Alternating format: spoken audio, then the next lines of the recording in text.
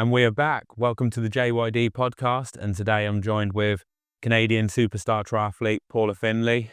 Paula's raced at all kinds of distances throughout her career. Started off in a short course where she's had some amazing success. And now racing at the 70.3 distance, T100.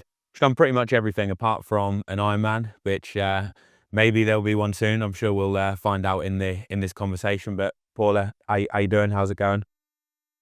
I'm good. Thanks for having me on here. What is the acronym for your podcast? I don't even know.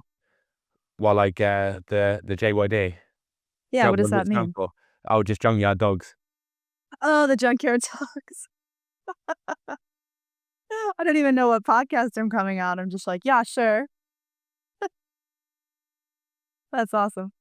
Well, Yeah. thanks for having me. Yeah, no worries. I've got a few little icebreakers for you. So first of all, are you a coffee or a tea drinker? Coffee for sure. Oh yeah, oh that's the good choice. Your favorite guilty pleasure snack? Mm, chocolate, but I don't really think of it as being a bad thing. Like we have Yeah. to eat so much that I don't feel guilty. You know what But mine it's is? chocolate. One of them like What? almond croissants that you can get from a bakery, like where Oh, they're those are like good. yeah, where they're filled with like the stuff where it's a bit soft in the middle as well. Like I Yeah. absolutely love them.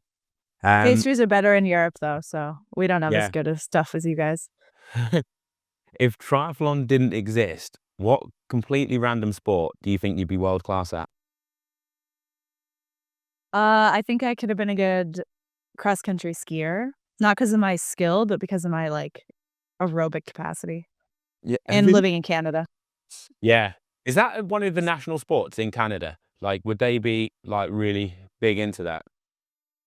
Yeah, I'd say Canada does well at the Winter Olympics in cross country skiing. It's as well as ice hockey.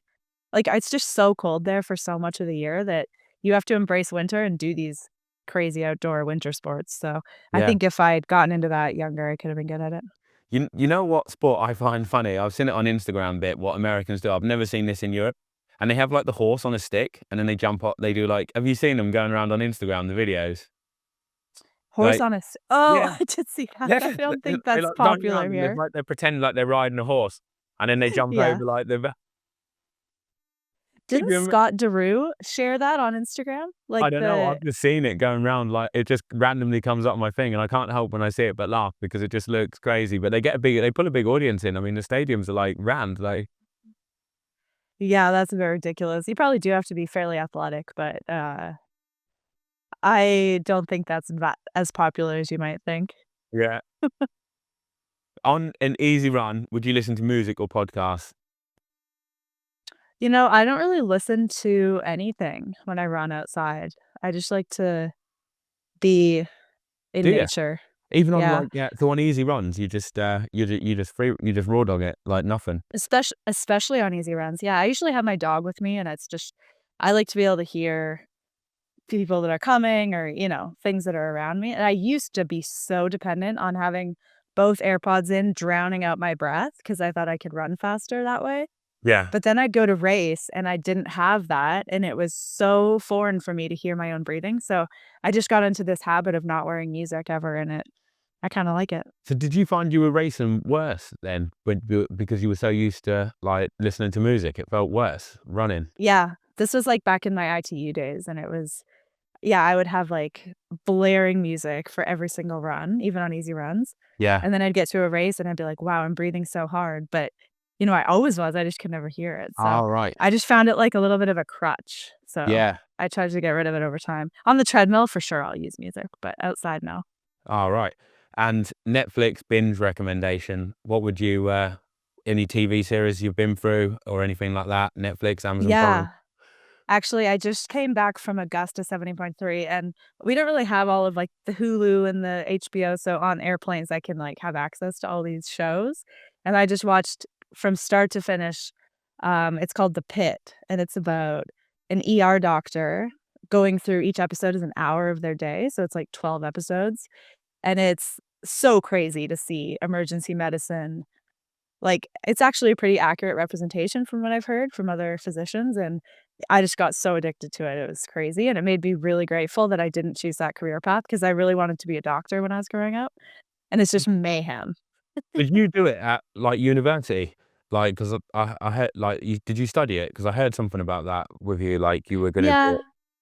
I wanted to go into medicine, so I did all my prerequisites for that. So I have an undergraduate degree in, like, biological sciences, basically, but, I graduated in 2017, and obviously since then, I've just been racing triathlon, so probably not gonna happen, but that was always I thought I'd be a doctor, that was, like, my plan for my entire childhood. So when you were racing ITU then, so you were racing at like a high level, but you were also studying and doing like biomedical science and stuff as well. Like you were combining the Yeah, I two. was it took me 10 years to get an undergrad degree, which usually takes 4 or 5. So, I took 2 years off around the Olympics in 2012, and I didn't ever do a full course load. So, I was basically studying, like, I guess you could say part-time, and then training at the same time, and then during the summer, it was racing. So, I always thought of triathlon as it wasn't like a job. I was just an elite athlete who wanted to go to the Olympics. So, it wasn't like I was planning for triathlon to be my career. Yeah. So I was just, like, training really hard as an athlete, but then also studying really hard to have a job. So it's kind of a different perspective than I have now, where this is, like, actually my career as a triathlete. Did it feel like it was never gonna end? Like 10 years of doing it? Like towards the end, did it feel like a bit of a drag? Or was it even at towards the end, were you thinking, oh, I can't wait for this to finish because then I can like become a doctor?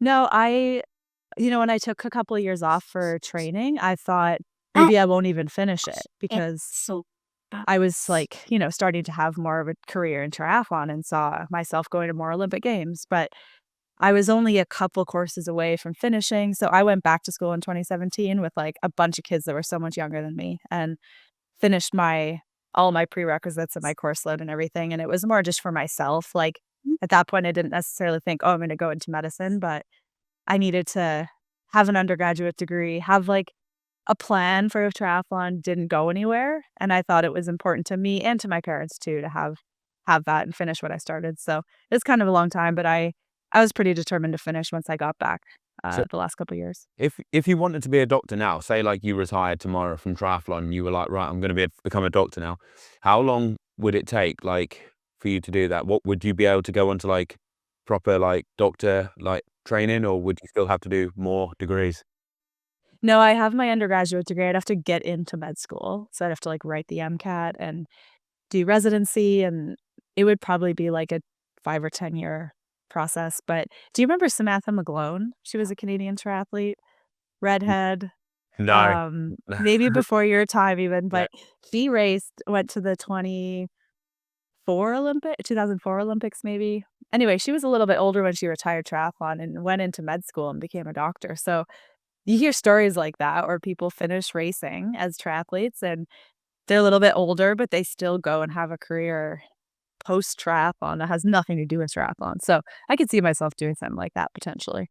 Yeah, it's pretty impressive when people do that. I feel like there's quite a lot of triathletes that have done medicine as well and like had a bit of time off to while they're racing professional, and then they go back into it, especially like some of the British people, like former pros, like the women. Yeah, yeah, Not so many and of the men. Marquardt, isn't he, like, currently doing it at the same time, which He's not a is doctor, is he? insane to me. I think he's in, residency or Oh, I'd something. never have guessed. Like, I never had him mention it. Yeah, he never talks about it, but I'm pretty sure he is. Oh, that's his identity. Yeah. No, well done. Congratulations, anyway, on doing it. It's definitely a big achievement doing something like that at university. Was, going back to 2012, was that the first Olympics that you, like, went to? It was, yes. I was 22 at the time, 21, so pretty young, and I was basically like, I didn't really aim to go to the Olympics, I was just when I bursted onto the scene and in short course, had success really quickly. So I qualified for the team without really ever having that in my plan, so it was kinda Wh crazy. when did you, like when you said you burst onto the scene, was that, like, 2009, 2010 time? Yeah, 2010 was my first WTCS win, kind of out of nowhere, and then I won 5 in a row, so I was, like, ranked number 1 in the world and, qualified for the Olympics a year out because I basically pre-qualified so early. Um, Wow. so yeah, that was kind of a So crazy time. who was coaching you back then? His name is Patrick Kelly. He still coaches triathlon. He was kind of in charge of a junior program within Triathlon Canada. And because I was a junior, basically, at the time, or like Yeah. U23, he was my coach. So through all those races, he was the guy. And then soon after the Olympics, I switched to a different coach. Were you training like really hard back then when you burst onto the scene and got them results, or did it all come quite easy? Like you weren't really doing anything, like if you look back, that was like out of this world kind of thing, like in terms of like volume or like intensity, or was it actually like you were training like really hard and you look back now and you're like, wow, that was like pretty crazy. I don't know how I didn't get injured, or what Yeah. was it like? Yeah, it's really funny to look back now as a 36-year-old and, back then when I was 16, 17, 18, balancing school at the same time, and I was basically swimming with the university, like the varsity swim team, and running with the varsity running team, and cycling not that much, but I would basically go from, we did 8 practices a week swimming, and then I'd go straight from the pool to cross country practice and do hard workouts with that team, and I think when you're a teenager and young like that, you just have so much more energy and recovering ability that it didn't cross my mind how hard it was. And it was just kind of what I did. I didn't go to parties. I didn't have a boyfriend. I was just like so focused on triathlon. And any spare moment I had was studying. So it was really a crazy lifestyle. And when I look back on it now, I don't know how I really did it, but it definitely set this foundation of being really fast at swimming and running, which is ultimately the most important thing for short course triathlon. Um, and I don't know in terms of hours, it's funny now because we have so many more gadgets to record metrics and power and, speed on the run. Back then I was just using like a Timex with no GPS and Yeah. didn't have training peaks. So I can't even really look back and see what I was doing, but it was probably similar hours as now, but more intensity. Yeah. And yeah. Do you think this, in a way, it was better back then not having too much data? Because like for me, I've stopped using, the Garmin's tell you sleep score, don't they? And Yeah. yeah, HRV and all that. Like for me, it got too much, like that telling me if I had a good night's sleep or a bad night's sleep, and I stopped wearing it, like because I didn't want to wake up in Yeah. the morning and look at it and it say, "Are you going to feel like shit today?" It's just like actually, I feel like since I've stopped wearing it, I've had like more days where I actually feel like I've got more energy because I don't know. You just take it as it is, don't you? You wake up and you think I feel good. Like last thing you want to do is you wake up, you look at your watch. Like I never used to wear it as well before races because I thought the last thing I want to see if I'm like about to do an Ironman is it saying like you had a terrible You're not you had ready. a terrible night's sleep, take a rest day today. I'm Yeah. like, oh, I can't. I've got like I'm about to like smash myself for 8 hours. I don't want to know that I'm meant to have a rest Yeah. day. Totally. The same thing happened to me. I have an Aura ring and my coach I have a new coach this year and she was like insistent that I wear it every night and I hated it because I would wake up and same thing as you're saying, it would say like you slept 4 hours. And I'm like, Yeah, this can't be right. I was in bed for 10 hours. Like I didn't sleep for 4 hours. So I just felt like it wasn't correct. And then you're same thing with you. It got to my head and I was like, this is why I'm tired. This is this. I should be feeling like this. So I honestly think back in the day without obsessively checking like my GPS watch, my splits on the run, my power on the bike all the time. It opens your mind to just being much more in tune with your own body and like feeling your perceived exertion, listening to yourself. And aside from that too, there was like no social media. So I wasn't yeah, on Instagram or Strava seeing what everyone else was doing.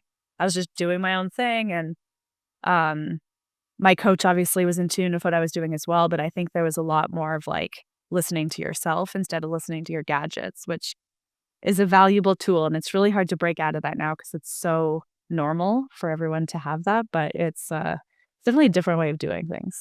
yeah. Back then, thinking about it now, it was pretty crazy because like no one knew what anyone else was doing, did they? Like you could Yeah. speak to people and you could ask them, they might tell you what kind of sessions they've done for like a few of their hard sessions on, but you never really had any idea how many hours people were doing a week, and you might hear someone's doing loads, someone's doing little, but it was like it was all rumors, wasn't it? Like no one had a clue what anyone else was really doing.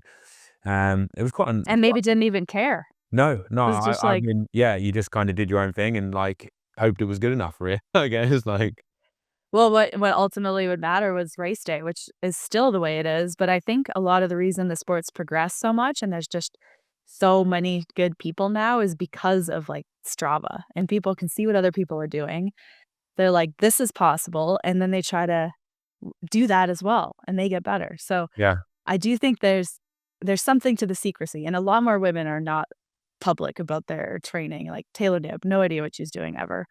But yeah, Strava is like a social media app. It becomes addicting, and I think you see what other people do, and you try to do it too, and it has escalated the sport in some ways, I think. What when you were going into the Olympics in 2012, was there a lot of pressure on you? Because obviously you were coming off that big streak where you won 5 races in a row, you qualified for the Olympics like a year out, and you were really young, so there must have been a lot of talk. Like, I mean, for Yeah. Canada, like, you must have been, like, one of the people that they were hoping was gonna medal or potentially win Olympic gold, and being quite young and at university at that time. What was that whole period like? Was there a lot of pressure on your shoulders? Did it help you, or do you think it, like, hindered you if you look back at it now? Yeah, that is an interesting thing I've thought about more and more as I've, distanced myself from that experience because I did pre-qualify, but then the entire year leading into 2012 Olympics, I was injured and had this hip problem where I couldn't run, and I was actually super anemic, like, I was having a lot of health issues that year, but, um, the Canadian Olympic Committee didn't know that, so I was targeted as one of the 5 athletes in Canada to win a gold medal, and it was realistic had I been in the health I was the year before, but leading into it, I knew I wasn't healthy enough to win that race. And I still had to kinda keep some belief, and I know as a 21-year-old, I didn't have that many experiences with, like, failure and setbacks yet because I had such a successful career up till then, so it was extra hard to deal with, like, having my face on cereal boxes and on posters that were, like, in train stations, and look, it was extremely cool, and I think for any athlete, that's, like, such a privilege to have this public platform, basically, and you only get that if you actually have performed well enough to earn it. So it was a privilege, but at the same time, added to the pressure of, oh my God, people are looking at me and I can't even run right now. And expected to go win this race. So it's kind of sad looking back. I wish that I had managed my injuries properly that year to be able to get back to the fitness because I think that physiologically I had the ability to win that race. I was beating all those women the year before, Yeah. but I had this kind of complex team around me where everyone wanted to be involved with what I was doing, and this was my physio, and this is my nutritionist, this is my sports psychologist, and I was just, like, so completely overwhelmed that I didn't know how to manage it myself, so it kind of all crumbled down, and it was really sad, and I actually finished in last place at that race at the Olympics, in a race where I was expected to win, so it was embarrassing, and the aftermath was really tough for me, and I'm honestly surprised I didn't just quit right there and then. I was retired from the sport, but, yeah, I stuck with it for a lot of years after that. A lot of struggles and eventually got back to racing well at the half distance. What was the Olympic Village like when you were there in London? Like, did you meet anyone from any other sports, and was it quite a fun experience, or was it kind of a case of just get in and then you got out as soon as the race had finished and you didn't really get to experience it? Yeah, well, the Triathlon Canada, because I was, like, a medal favorite, we had so much funding that year, and because of Simon Whitfield's legacy, he won medals in 2008, and 2000.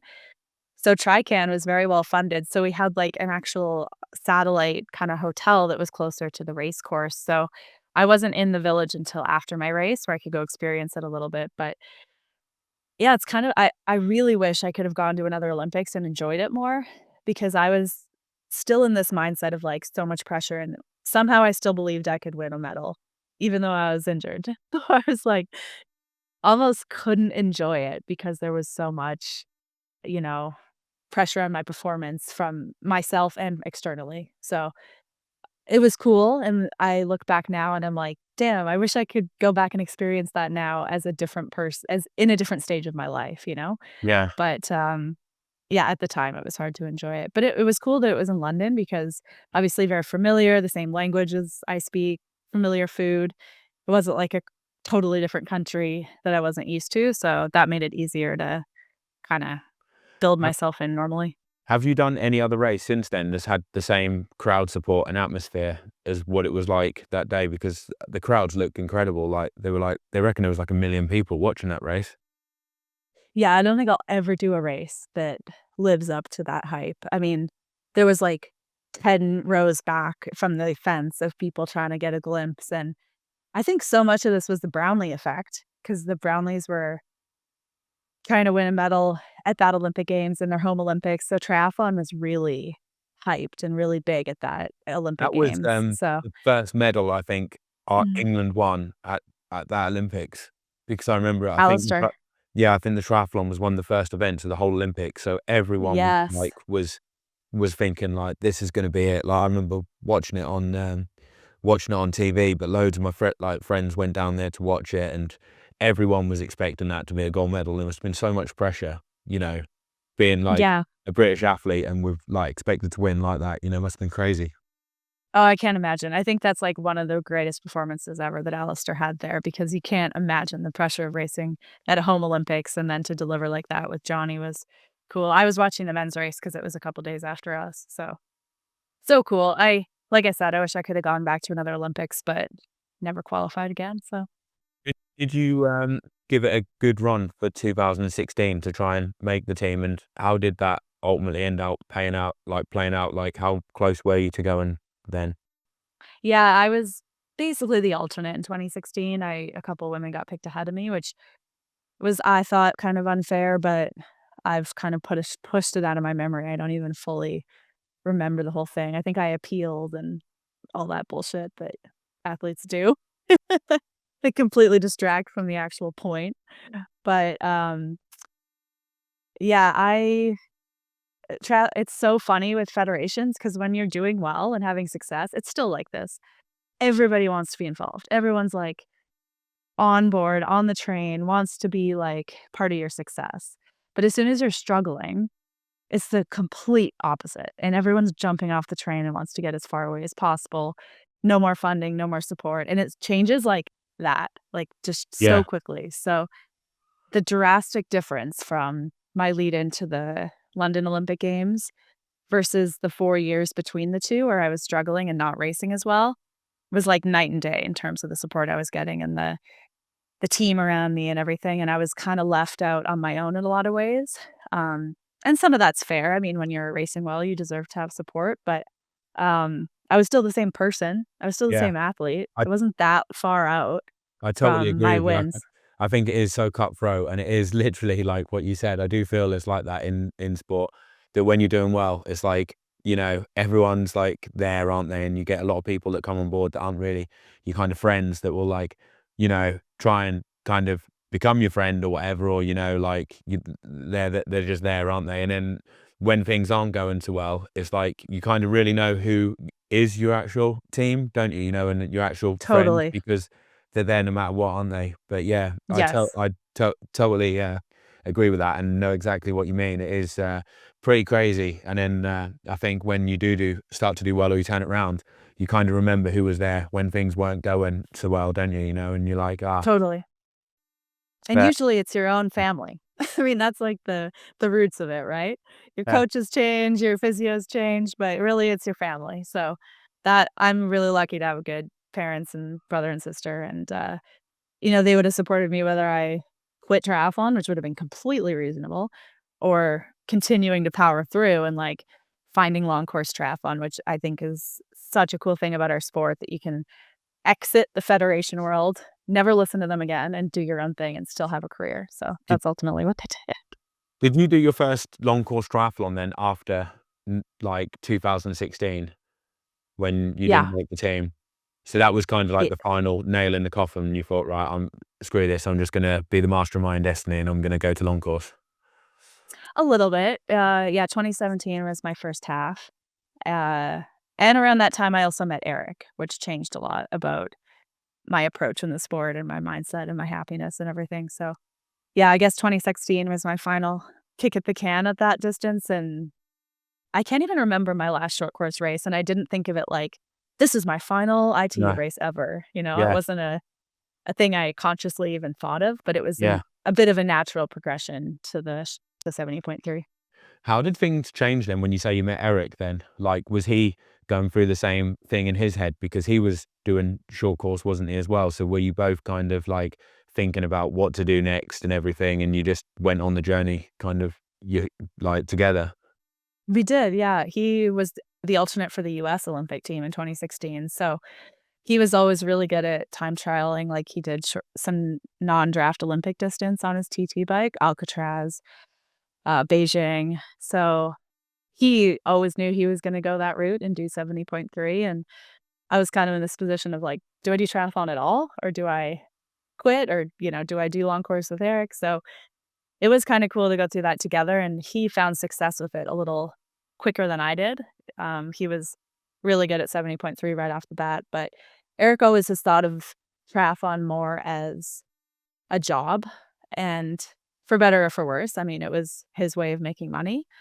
And for me, like I said earlier, triathlon was my outlet to go to the Olympics and to be, an Olympic medalist or a world champion. So I never thought of it from the financial side of things or from the business side of things. And Eric has taught me so much about that and being able to actually make this a feasible career and being your own small business. And I never really thought that way myself. So he was so critical. And, when you move to 70.3, you basically do have to find your own sponsors and book your own flights, and you are your own little business. So that was a lot that Eric taught me as I kind of stepped away from the federation and became more reliant on myself.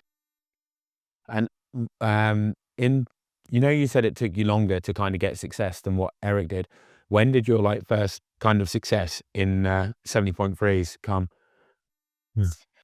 Um, I won St. George 70.3 in 2018. So I was successful pretty quickly, but when you look at the splits and the times from 2018 compared to now, I'm like, I was not racing fast in 2018. The level was just lower, Yeah. in that distance. And same for the men. I think it's just over the last 5 years or 7 years, it's gotten so competitive.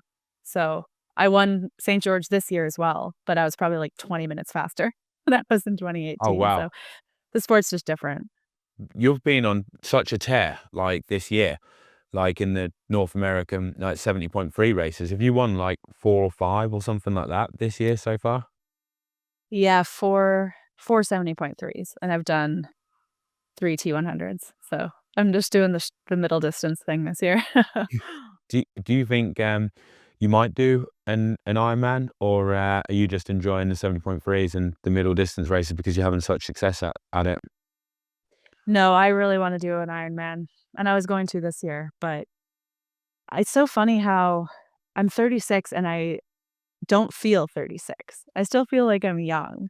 But then I looked at this, like, thing that Thorsten put out about the ages of everyone at Kona, and 36 is on the older side. So I was like, "Shit, I need to do an Ironman ASAP."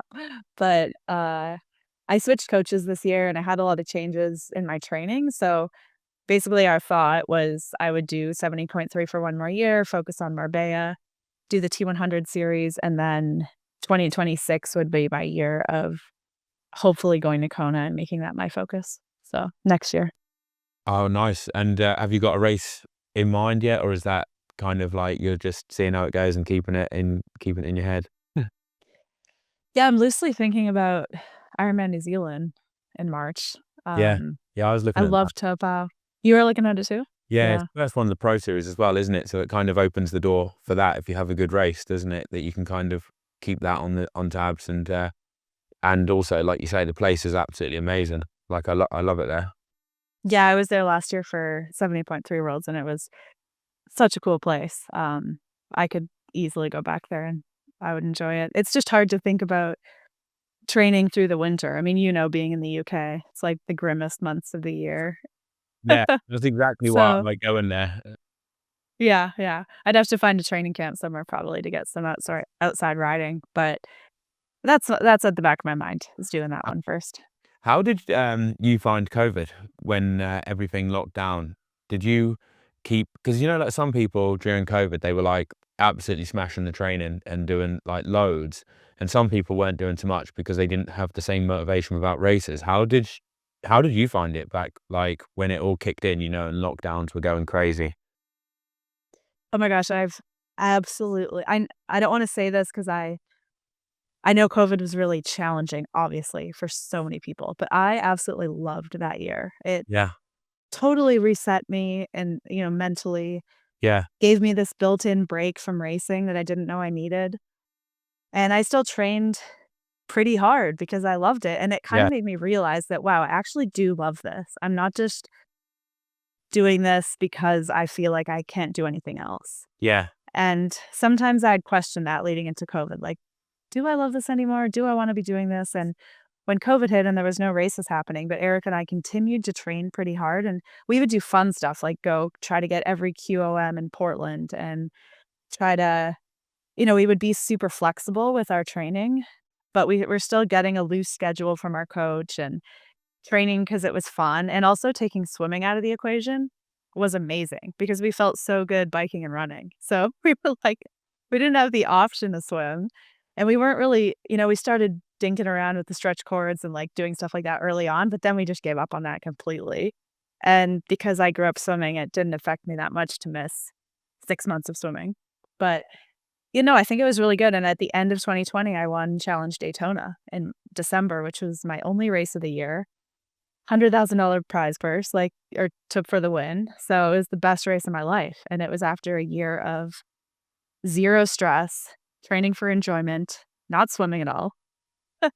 So it was really, really good. I wish I could replicate that in some ways, but it's That impossible. is absolutely amazing. That is one of the most positive, look back on the COVID time that I've heard. That is that's Yeah. amazing here. I mean, as triathletes, we're a little bit like monks anyway. I mean, I'm not very social. I don't really go out that much. I don't travel aside from racing. So those things that kind of shut down during COVID, I didn't miss because part of our normal life is to be kind of like, in our van or in our house and doing our own thing anyway. So the social aspect didn't bother me that much. Yeah. And being more like, quote unquote locked down. But I know every country was a little different and everyone experienced different hardships. So I don't want to sound like, disrespectful of that. But for me, it was good. How was it for you? I didn't really find it too bad, to be fair. Like, I found it all right. Like, I was still training quite a lot, to be fair, but just because I really enjoyed it, and Yeah. not having the option to swim was absolutely fine by me. Like, I did not. Yeah. So, I actually didn't mind it. Like, I mean, it was a shame there wasn't any races on. That was the only thing that was bad for me. Like, if there was more racing, that would have been great because I would have loved to have done some more racing. But the training and that, I was doing some good sessions with friends. People were doing like time trials, and I was having a few cracks at some Strava segments, like what you said. Like, I quite enjoyed doing that. So I actually found it all right. Yeah, I didn't find it bad. It was just the fact there was no races. That was the only downside for me. If I could have added some races in there, then yeah, I'd have been pretty pleased. But I ended up Yeah. organising some track races in the local city, and we ended up having like 5K races on the track, 1,500-meter night, stuff like Yeah. that, and that was quite fun. See, that's Um, cool. I think that's like where I realized where do I love racing? In some ways, but it also brings me an enormous amount of stress and pressure. And when I removed that from my schedule, I could enjoy the training more. So I tried to like implement that in my 2021 season yeah, of like, I'm just going to race less and actually like enjoy the training, do races I want to do. But it's so hard to mimic it when there are races on the schedule suddenly and yeah, you're back to basically normal. So yeah, it's tough. But the other thing I forgot to mention is in 2020, Eric and I started TTL, which was like basically at the time a weekly vlog that we were putting out of our lives. And because there was no racing or training that we had to do, Eric had all this time to edit videos weekly. And we started to build this like online community basically with, some t-shirts and the videos. And that's kind of like boomed into this big thing that still exists today. So it kind of allowed us to put a lot of focus on that early on, which was kind of a blessing in disguise. I can see you've got a very trendy TTL fleece on now as we speak. If Yeah. anyone's watching on YouTube, Hila. Yeah, we got like a podcast, still do the videos, but less. And then we're doing a TCL team this year. So similar to the Zoot team and the Wind team, we've got a bunch of athletes signed up to race in our kits, which is super cool for us. It's like we never thought it would go that direction, but here we are. Yeah, I've been racing against one of the guys on your team quite a bit, who's an absolute beast, Zach Cooper. Oh, Like, he's funny. Did you see that really funny reel he put out about, yeah, but comparing you guys? I the forget what video, the hangover. but yes, The Hangover, yeah, was funny. Yeah, I did. That made me laugh. But yeah, he's so strong on the bike. He absolutely cooked me in rough. I was trying to stay with him, and I was so fucked getting off the bike. It took me an hour before my legs came round, and I could Oh, actually no run way. normally. Yeah, he's really strong. Like, he's actually Oh, coached by Pogacar's coach. no way. Yeah, Wow. yeah, and I he's didn't know that. improving a lot on the bike. Like, I swear, every race he's getting stronger and stronger. Oh, that's cool. He's a good guy. He used to work for UCI. Like, he was a social media guy for UCI, so he was behind the camera, like, filming Remco and everything, and then he's like, "I wanna be a pro athlete," so, yeah, he's gotten better quick. It's pretty And cool. now he's just making memes of the hangover with me and Sam Long featured in it. So you guys are like a little pack trying to chase everyone down. Yeah. I've got a couple of questions for you. Okay. What is the biggest pro move you've seen in transition where you've like looked at someone's bike and you've been like, oh wow, like they mean business? It could be something that looked a bit funny but made you think they're trying something a bit extra here, or you looked at it and thought, God, like, Oh, actually, in Taupō last year, I've never told anyone this, but I was checking my bike in, and I think my rack was beside Kat Matthews' bike, and she had, like, a piece of paper on the top of her top tube with, like, a bunch of numbers on it yeah, that weren't watts, they might have been gearing, but it, like, completely psyched me out. I'm like, "I am not ready for this to this degree. I don't know what my freaking gearing is on my bike." Like, this year I've paid a lot more attention to that kind of stuff, but it just kind of showed me how dialed in she is and how prepared she is for every race, and I really look up to her and her mindset and her belief in herself, and then just, like, obviously attention to detail, like, what I saw in transition that day, I'm like, "I need to be way more organized because she's the best and she's doing it." So but in terms of, like, gear and stuff, I don't know, every time I go into transition, there's some crazy looking shit on bikes that like, my bike, I have a UCI Shiv that's pretty clean, like, I have normal aero bars, regular stuff, but the kind of stuff people are putting on their bikes and their saddles and stuff now is, like, totally out of control, so I don't know. You gotta keep up though, right? yeah.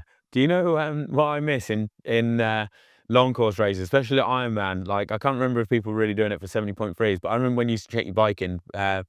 And like back in the day, people will have like sellotaped like gels to the top tube or something like that, or jelly babies and stuff like that. Definitely at the Ironman races, not just not maybe not so much in the pro races, but definitely in the age groupers. You'd be walking through transition, you'd see like a load of like sweets or something like stuck on Yeah. the bike. Well, now every bike has an integrated box to put all Yeah. your sweets in, so that doesn't happen as much. Also, isn't you've been to the wind tunnel a million times, isn't taping stuff to your top tube super slow? Oh, it would be. I've never tried it, but I can imagine it would be. Yeah. But it was funny when Yeah, you used the to see people do that, though. I used to like that. yeah, yeah, yeah. It's definitely the easiest way to grab stuff, it's just right in front of you. Yeah. Who's the best training partner you've ever had? Oh, that's a good question. Well, she's still my training partner sometimes, but I would say Heather Jackson. You Heather probably know Heather, Jackson. hey? Yeah, yeah, I know Heather. Yeah. Yeah, race against her a lot, and I really like her and her partner, Watty. What is that? What Yeah, they call him? Waddy. Is that his nickname? Yeah, yeah. Like, Yeah, I haven't Sean seen. Watkins. His nickname's Waddy. They had Waddy Inc. for a lot of years. But Heather, she's still racing and she lives really close to me, so we still train together occasionally. But talk about, like, the most positive person I've ever met. She no matter what shit she's going through or how hard the race is, how hard the training is, she's so positive, and Really? I think the key to a good training partner is to be able to bring out the best in someone, but not be competitive with them in a way where you're making the training unenjoyable, and during COVID, we trained together a ton because we were living at their house in Tucson when COVID kinda went down, so we'd ride together, we'd run together, we'd do all 3 things together all the time, and yeah, I've now crewed her at a bunch of her long course, like, trail races and stuff that are 100 miles long, and she comes into the aid stations completely fucked, like, so dehydrated, but she's still positive about it, like, I've never heard her say a negative thing or that I don't wanna be here or she's so grateful for the team that's there helping her get through to the next aid station that she's just radiating positivity. And I definitely don't have that trait in myself. I'm pretty vocally, I complain when things aren't going well a lot of the time, and poor Eric. But yeah, Heather is really a good example of just like loving what you do. So she's by far the best training partner. Yeah. You know when you say you complain about things, like would that be more like in training or would it be like in a race? Like you'd shout to like Eric, "Oh, I feel like crap," and then he'll be like, "No, you're doing all right, keep going," kind of thing. Like, Yeah, I don't know about you, but when I see my significant like, when I see Eric on the race course, if I'm having a bad day, that's when I mentally crack, and I start to think, like, "I just wanna stop, I wanna be with you, I don't wanna keep doing this, I hate this, I wanna quit triathlon." But if I don't see him, I am able to, like, kinda stay in my zone a little more, so sometimes if I'm having a rough day, Eric will, like, literally hide in the bushes and make sure he doesn't keep me. really? Do you think that's because you're Yeah. like so in the zone that you're like on the limit and you don't realize how hard you're pushing yourself until you kind of like let your guard down, mentally? So, because you see him, Yeah. you know him, you let your guard down, you're like, "Oh, flipping heck, like I feel fucked, like Yeah. I feel absolutely Yeah. smashed." But you're just in the zone, you're like locked in, and that's maybe why, because you come out of that, locked in state when you see someone who you know is like your comfort. Totally, yeah, a little bit like that, and also, like, you feel comfortable letting them know how you feel, whereas you're not just gonna complain to a random spectator that you're feeling like shit. But, yeah, when you see someone who's so close to you and sees your ups and downs, it's a lot easier to, yeah, Yeah. kinda snap out of that race mode, and I love having Eric at races, it's like he's a huge part of my team, but, yeah, on a rough day, it is it's hard to see him because 'cause you're like, "I just wanna stop," and, um but this doesn't happen that often, I've had pretty good races this year, so it's okay. Is there anyone who, when they're on the start line and you turn up to a race, you know that you're gonna be, like, in a proper battle with? And it doesn't necessarily have to be someone that like, someone who you might be quite close to in the race, and you know that it normally comes down to the wire and it could go either way. Like, is there anyone who comes to mind that, like, if you're both on your top day, it's gonna be tough to beat them?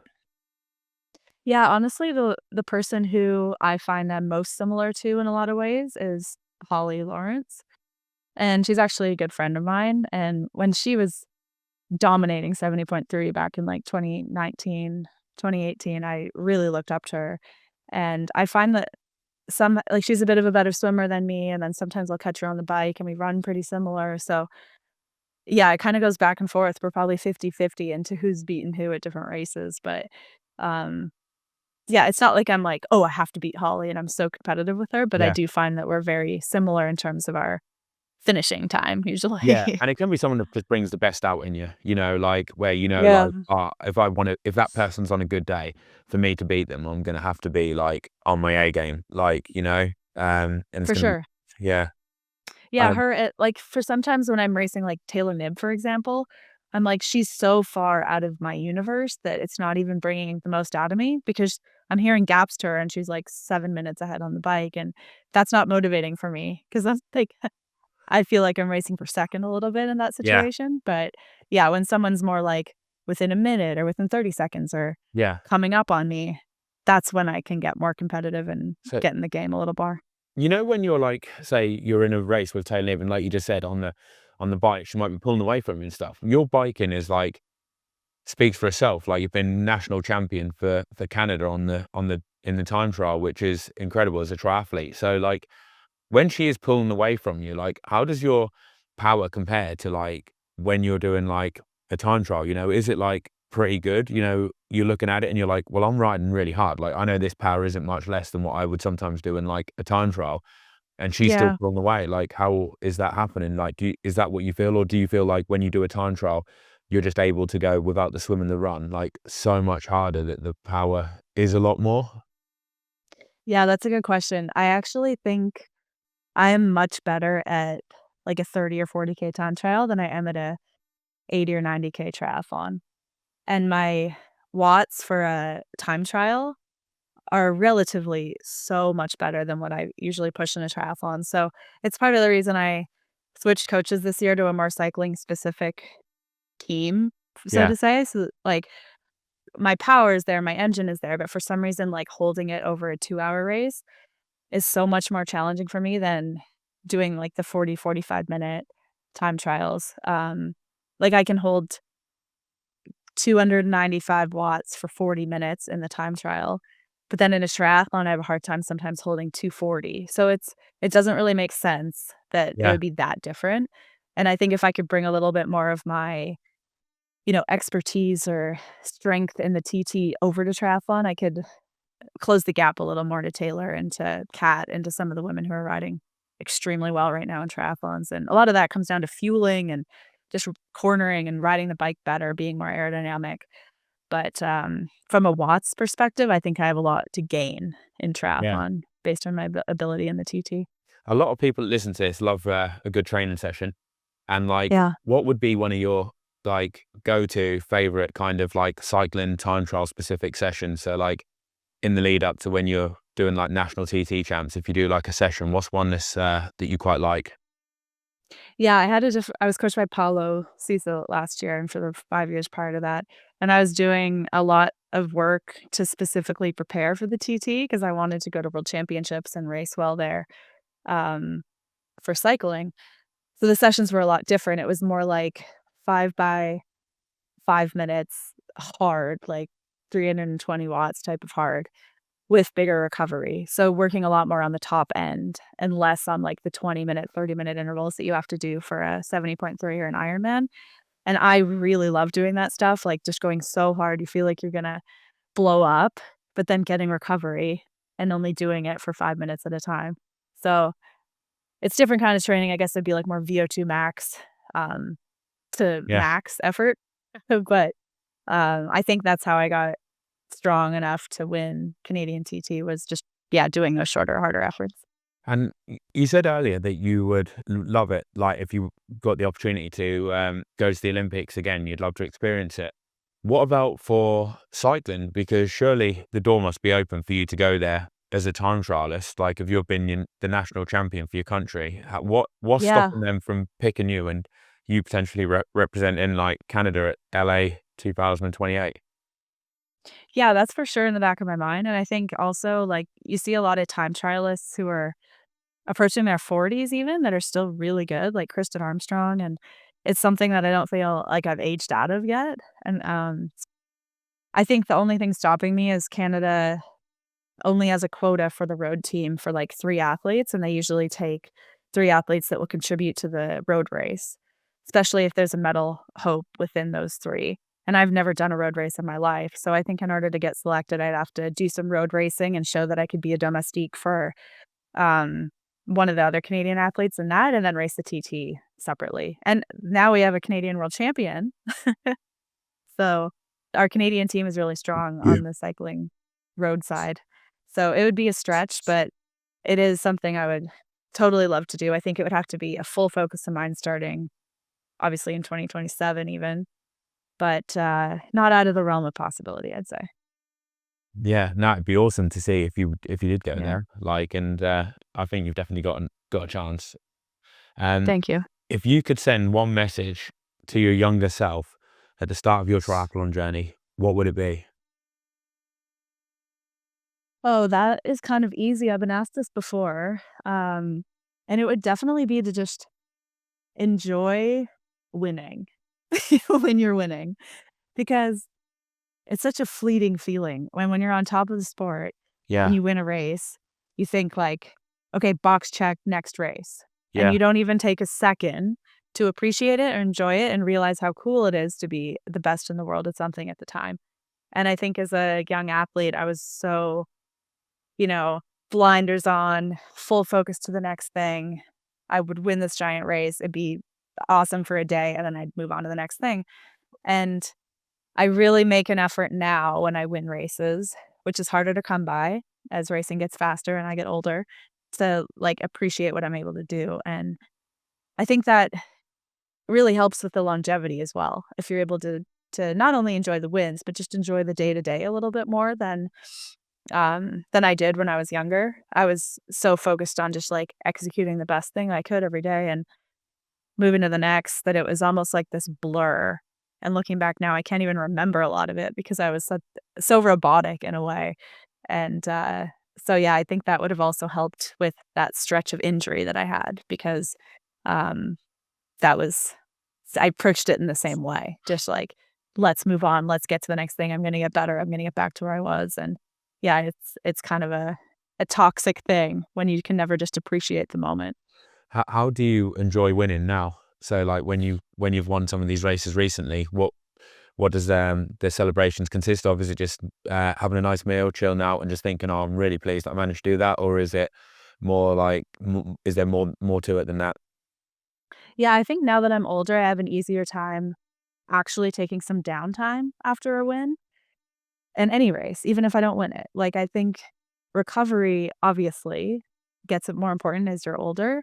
And I've realized that it's actually good for me to take 4 or 5 days easy or even no training at all. It's not going to set me back at all. It's only going to be good for me. When I was younger, I did not have that mindset. So I wouldn't even say I celebrate now in terms of like going and partying and drinking and, doing crazy stuff, but it's more just like able to just soak it in and relax a little bit and get ready for the next training cycle. That's different than I used to be for sure. I was like, get back on Monday and back to training, which, you Yeah, need to take some rest. yeah, no, I totally agree with you there as well. Yeah. I've got one which is a bit more of I guess you could say a deeper one, and it's, do you feel triathlon has shaped your identity, or has it sometimes taken away from it? Oh, yeah, it's a hard question. I think both in some ways. I mean, it's really hard when you're an athlete, as you would know as well, to, you know, dissociate your self-worth from your results. And as I was growing up, it was like I had to win in order to feel like what I was doing was meaningful or that I was a worthy person or that, you know, that it was worth doing what I was doing. And I think a lot of athletes struggle with that is like their whole identity is tied to their sport and to their results and to their ability to train well. And that's why injuries are so hard is because your identity is kind of stripped away from you and you can't do swim, bike, run like you're supposed to every day. And it's one of the challenges of thinking about retirement is like, what do I do next that could be possibly as meaningful as what I'm doing now? Because this is all I know. So How yeah, it's how hard. do you think you know what to do next? Because that is quite a tough one, isn't it? Like I'm thinking to myself, what do you do next? Like, Yeah. and it's hard to actually think, where would you go into? Do you think that that's one of the reasons why sometimes a lot of athletes, when they retire, not just like triathletes, but looking at all sports, like soccer players and everything like that, that's why a lot of them end up in like getting depressed or turning to other things, like sometimes like substance abuse and stuff like that, because you've been competing at a high level. And obviously when you go to like some of these races and stuff, there's that pressure, not the pressure, but the nerves. And it's like, you're competing like as a professional, aren't you? It's quite, I don't know what the word says, but you're doing it in front of like people, they're shouting at you, they're cheering you on, aren't they? And it's quite Yeah. gets you like pumped up a bit. But then obviously when you retire, you're completely separated from that, and there isn't that kind of release, is there? So then they end up turning on to other things, because you do hear it a lot, don't you? A lot of like former pros end up in other sports, it seems like, suffer with depression, don't they, once they retire, and it's Yeah. like a bit of a slippery slope.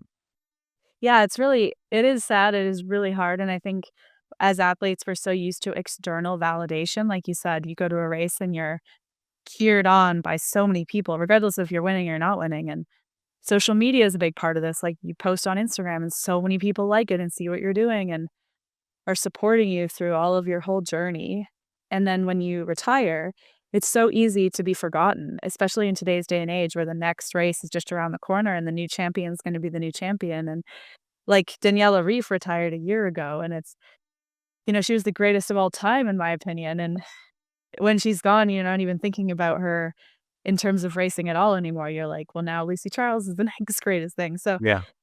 yeah, it feels like that's why I think it's so important to have, connections and values and people outside of sport who bring you that same feeling of, like, you're an important person and there's things you can do outside of sport that are just as valuable and, um that's a scary thing about retiring. And I obviously have never retired, so I don't know what it's like really, but I've watched friends go through it. And um, just having support around you, I think, is the best thing. And also having a plan for what to do next, which is easier said than done. I don't know exactly what I'm going to do after sport, but I think, as you know, through being a pro athlete, you do get a lot of experiences where we're actually like our own little business companies, and we have so much experience working with sponsors. And there's a lot of value that we've built just through experiences, not necessarily through going to school and reading a textbook, but that's valuable to a lot of brands. So I would love to go work for like one of the companies that I am currently sponsored by afterwards and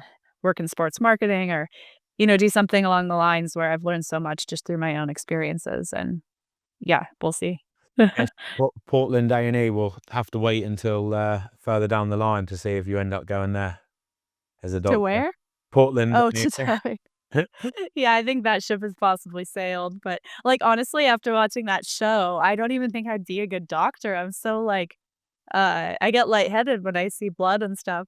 So I think maybe like the marketing side of things would be better, maybe even coaching. But I think with TTL, we've built a lot of opportunity too, just having a bit of a community of people that are tuned in to what Eric and I are doing, regardless of if that's racing or not. Awesome. I've got a few rapid fire questions to ask you just before we go. Yeah, let's see what you think of these then. So one pro that you'd love to race in a totally different sport. Ooh, what sport? Doesn't matter. Be whatever you want. um, I think it'd be fun to race Jackie Herring and something totally ridiculous, only because we're good friends and it'd be funny. Um, Maybe something like cross country skiing. Oh, really? I've never skied in my life, and I feel like I'm really missing out. Like, I would love to do that. My sister You actually should. lives in Canada, and I see the videos that she sends, and they look amazing. So you never downhill skied either. I've never done any sort of skiing in my life. Oh my gosh, you have to do it. It's so Yeah, fun. I know. Like through the whole winter here in Bend, Eric and I do like we have those skis where you put skins on the bottom and you can walk up the hill I've and then seen a ski video down. of you doing that. Does it take ages though to walk up the top of the mountain? Yeah, it takes forever. It's like definitely you're working for your reward, but Yeah. the training effect is amazing because you're basically at altitude Yeah. and your heart rate's just as high as if you're going for a run, but you're walking. And Yeah. then it's like cool outside, it's super pretty, it's snowing, and then you get to ski down and do it a bunch of times. I think it's an amazing cross-training winter activity. So you're welcome anytime to come try it with us. Yeah, I like where you guys live. Like, it looks awesome. Like how you get loads of snow. You've got big mountains there. The summers are quite nice, like good weather. It looks like a great all-round place because you get the proper seasons, don't you? It's not like somewhere where people, like a lot of people go to, like, say, Tucson, don't they? But you don't get the seasons in Tucson, do you? And the summer would just be Yeah, so hot. Like, I would too hot. flipping fry if I was in Tucson.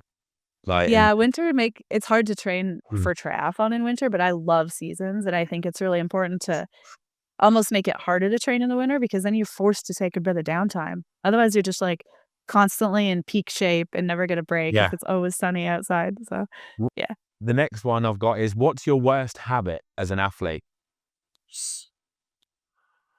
I think Strava. I Really? need to freaking yeah, I'm so addicted to Strava. Um, I wish it didn't exist. I should just not do it and not upload stuff, What but I what's go bad on it about too it? much. No. I think it's a little toxic to see what other people are doing all the time, and then making that feel bad about yourself if you feel like you're not doing enough, which I think is like a trap I fall into. Yeah. So you see some people doing loads of training, you're like, "Oh, like, if they're doing all that, maybe I should be doing more," but you might not even need to do more. You just go well off the training that you're doing, but you think, like, you should be doing more. "Oh, if I did more, a little bit more, would I be a bit better? Would I push that person a bit more in this race?" and stuff like that. Yeah, in some ways, although I do trust my coaches and I trust what I'm doing. It's just, like I said, back in the day where you had no idea, I think that was a lot better, but it's yeah. Do you do Strava? Yeah, I'm on Strava.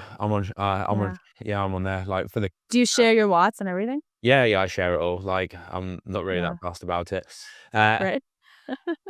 what, I do too, but yeah. I'm still fussed about it. For some reason, I still I share it like all. seeing what other people do, but I do think that you can fall into that trap bit, and I think, like, where you see a lot of people doing other stuff, and I think that I've seen that before and thought, oh, you know, maybe I should try and do a bit more. But then actually, I think it probably backfired, and I should just listen to what I was doing. And I have definitely gone back to doing what works for me. And I think actually I'd go better off doing slightly less than what I have done in periods, because you see other people doing a bit more, and you always think, you know, I think it's natural as an athlete. You think like, if I do a little bit more, I might be a little bit better. And you don't know what is the optimum amount until you kind of cross that line sometimes, you know. Yeah, for sure.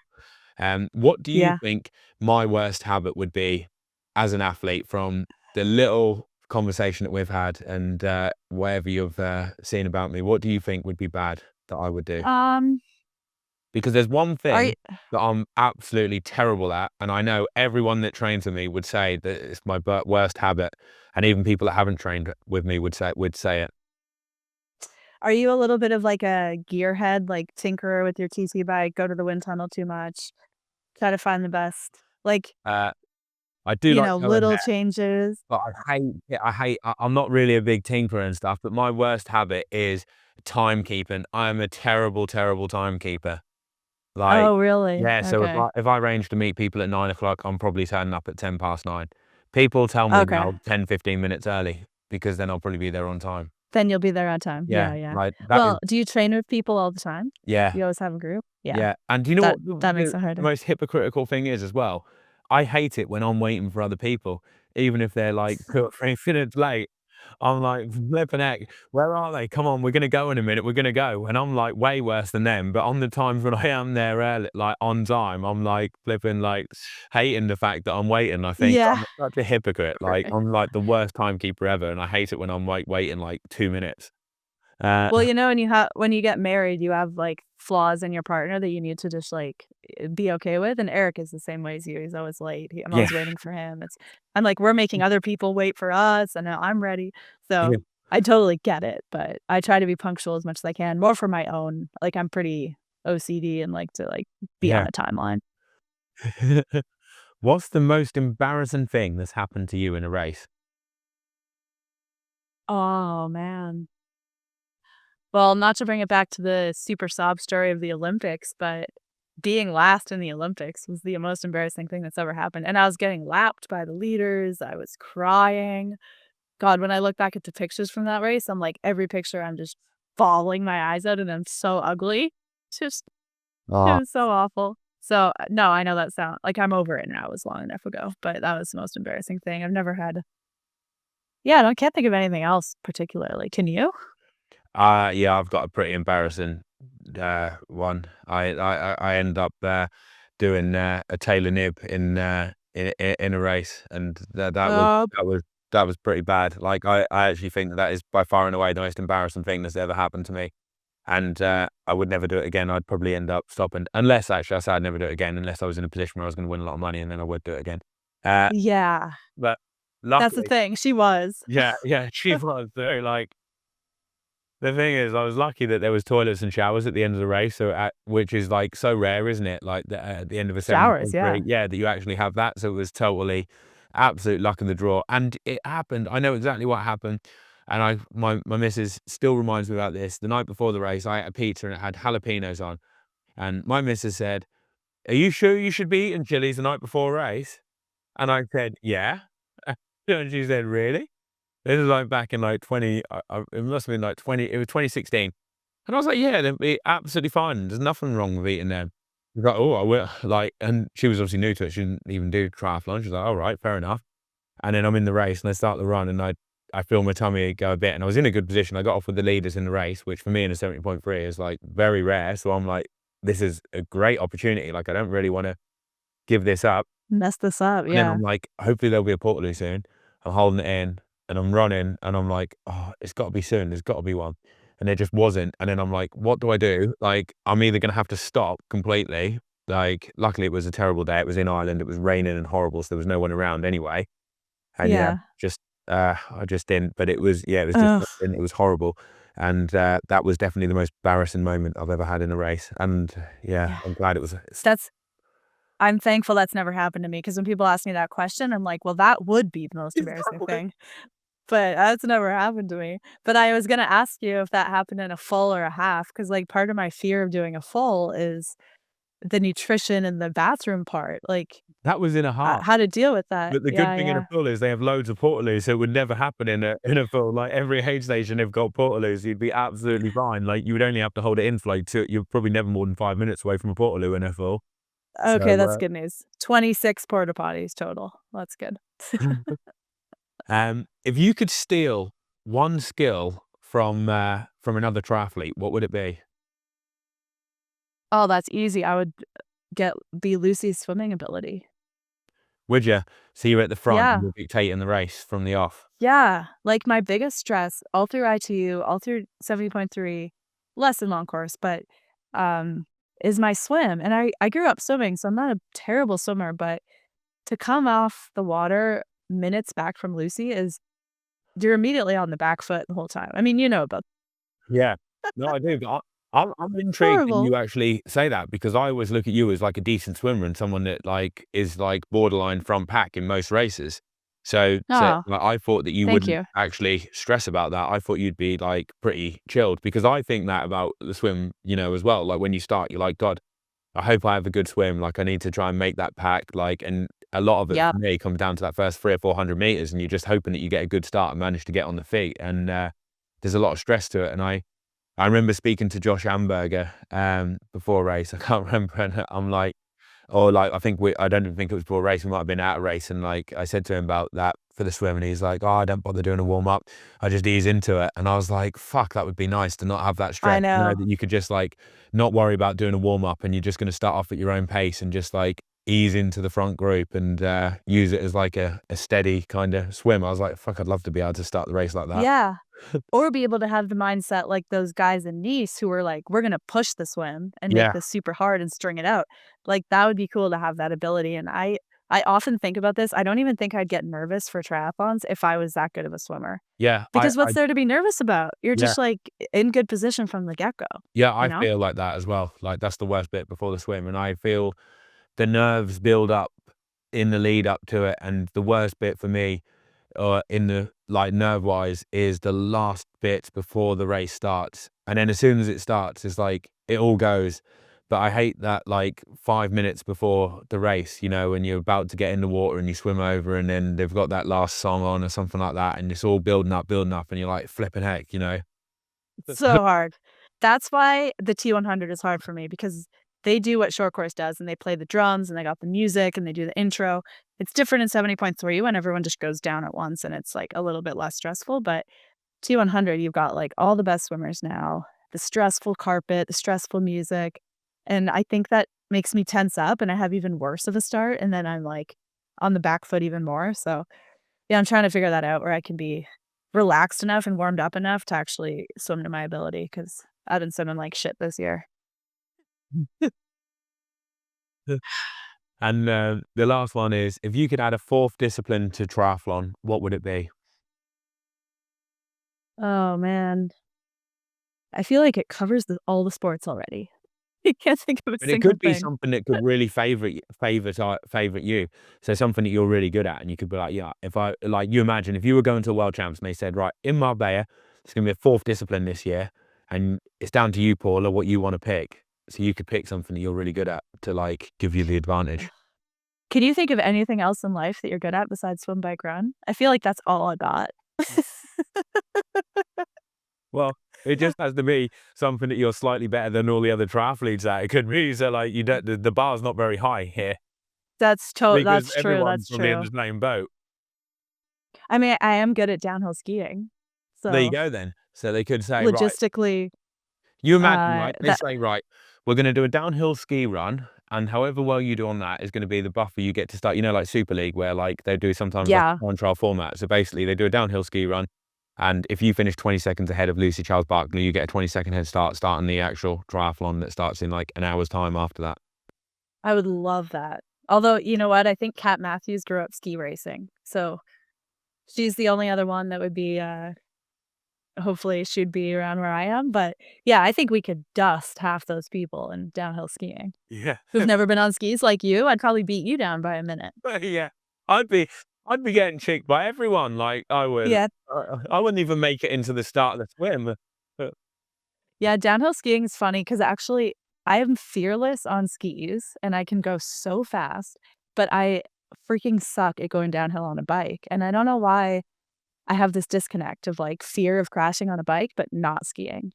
Because it's like Really? the same kind of thing. Yeah. Yeah. Yeah, I'm surprised on that. I like that. Yeah, I would have thought if you were really good downhill skiing, you'd be like, you'd have It like, translate to yeah, cycling. yeah, for sure. Yeah. For some reason, I have this like nervous block of descending really quickly. I don't know if it's cars or the pavement or what, but also like a lot of the aspects of handling a bike are similar to skiing, like your weight distribution and turning is quite similar. So I wish that it translated better because I am a good skier. Well, No, that's good. no, that's a that's a really, that's actually quite a good one. I think if I was gonna do it, actually, I was thinking while you were saying this, I wouldn't mind doing, if they had like a track day or a go-kart race, you know, and you had to do like your lap times, and that was like added into it. I think that would make it flipping brilliant for me. In a car, like Yeah, in a go-kart. yeah, a Are you car good at or a that? go-kart. I think I'd be all right. Yeah, but like whenever Yeah. I've done all right. I've never tried go-karting, so, I would probably not be good at it, but yeah, that'd be Yeah. interesting. Get all the guys, but all the guys are fearless in my mind. Like, I I know. is there a lot of skill to go-karting or it's just Yeah, balls? yeah. A lot. It's like basically bike down descending on a bike, basically. Probably Yeah, help you. yeah. If you It would probably help you. I reckon it would probably help your descending a lot on the bike because the lines that you take in a go-kart and a car are basically the same lines that you need to take on a bike going into the in Mm, the corners. So it could actually be worthwhile. that's a good I think idea, you might. and you're in this controlled environment where Yeah, you're you can't really hurt armored up. yourself. You can't really hurt yourself in Yeah, a go-kart. Like it will just like it'll just skid a little bit in these tires. Like you're fine. that's a good idea. You're not gonna hurt yourself like you're on a bike, do you know what I mean? Like, if you mess a corner up and you end up crashing on a bike, you can break something, can't you? You're not gonna do that on in a go-kart. Not in a go-kart. Alright, I'm gonna try that this year. It's And my make it plan. into a TT, make it into a video as well, you know? Get, like, the cameras Oh, in for the car and sure. everything. Yeah, yeah, yeah. For sure, Eric will be all over this. This is a great But, idea. yeah, I just wanna say thanks for your time anyway, Paula. It's been absolutely awesome chatting with you, and I don't wanna take too much more because we've been 72 minutes and, I'm sure you've got plenty of other things on the schedule today, but yeah, it's been a great chat, and thanks for giving us your time to do the podcast, and good luck with the rest Yeah. of the season and Marbella and the T100 races. Thank you. Are you going to Marbella? No, you're No, doing I'm er doing Arizona, but I'll be watching Marbella, and I'll cross my fingers and wish you good luck from. I'll awesome. probably be well. Actually, I won't. I'll still be in England at the time. I won't have flown out then, but I'll be watching the race, and I hope you have a great day. Awesome. Well, thanks, Joe. I appreciate that, and it's been great chatting with you and getting to know you a little. Good. Yeah.